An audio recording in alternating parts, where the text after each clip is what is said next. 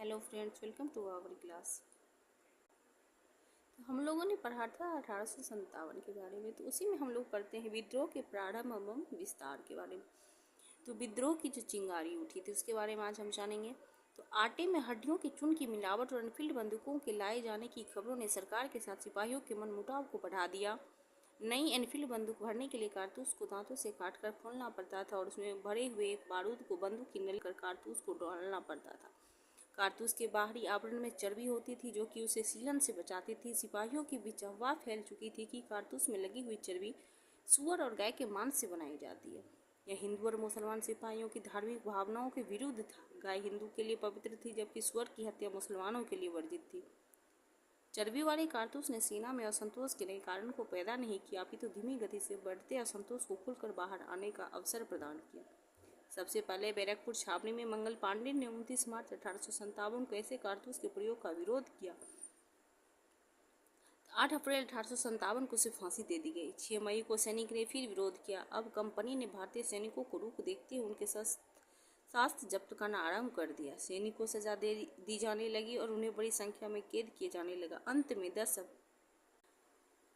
में 10 मई 1857 को सैनिक ने व्यापक स्तर का विरोध कर विद्रोह का घोषणा कर दी और क्रांति की शुरुआत हो गई।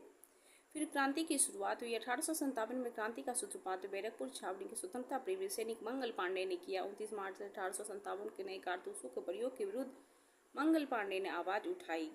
ज्ञातव्य है कि अंग्रेज सरकार ने भारतीय सेना के उपयोग के लिए जिन नए कारतूसों को उपलब्ध कराया था उनमें सूअर और गाय की चर्बी का प्रयोग किया गया था। छावनी के भीतर मंगल पांडे को पकड़ने के लिए जो अंग्रेज अधिकारी आगे बढ़े उसे मौत के घाट उतार दिया गया। 8 अप्रैल 1857 ईस्वी को मंगल पांडे को फांसी की सजा दी गई। उसे दी गई फांसी की सजा की खबर सुनकर संपूर्ण देश में क्रांति का माहौल स्थापित हो गया। 6 मई 1857 को भारतीय सैनिकों ने फिर एक नए कारतूसों के प्रयोग का विरोध किया। विरोध करने वाले सैनिकों को 10 वर्षों के कैद की सजा मिली। सैनिकों से हथियार छीन लिए गए। हथियार छीने जाने को मेरठ में पुरुषों के साथ साथ महिलाओं ने भी अपमान का विषय समझा। ऐसी स्थिति में सैनिकों के लिए अंग्रेजों से बदला लेना परम कर्तव्य हो गया।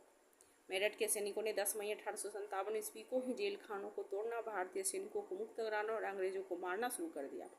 मेरठ में मिली सफलता से उत्साहित सैनिक दिल्ली की ओर बढ़े। दिल्ली क्रांतिकारी सैनिक ने कर्नल रिप्ले की हत्या कर दी और दिल्ली पर अपना अधिकार जमा लिया। इसी समय अलीगढ़, इटावा, आजमगढ़, गौड़ापुर, बुलंदशहर आदि में भी स्वतंत्रता की घोषणा की जा चुकी थी। सांकेतिक मुखिया प्रमुख के रूप में बहादुर शाह जफर का चुनाव। दिल्ली में स्थानीय इन्फेंट्री विद्रोहियों में शामिल हो गई और उन्हें राजनीतिक एजेंट साइमन फ्रेजर सहित अपने यूरोपीय अधिकारी की हत्या कर दी गई और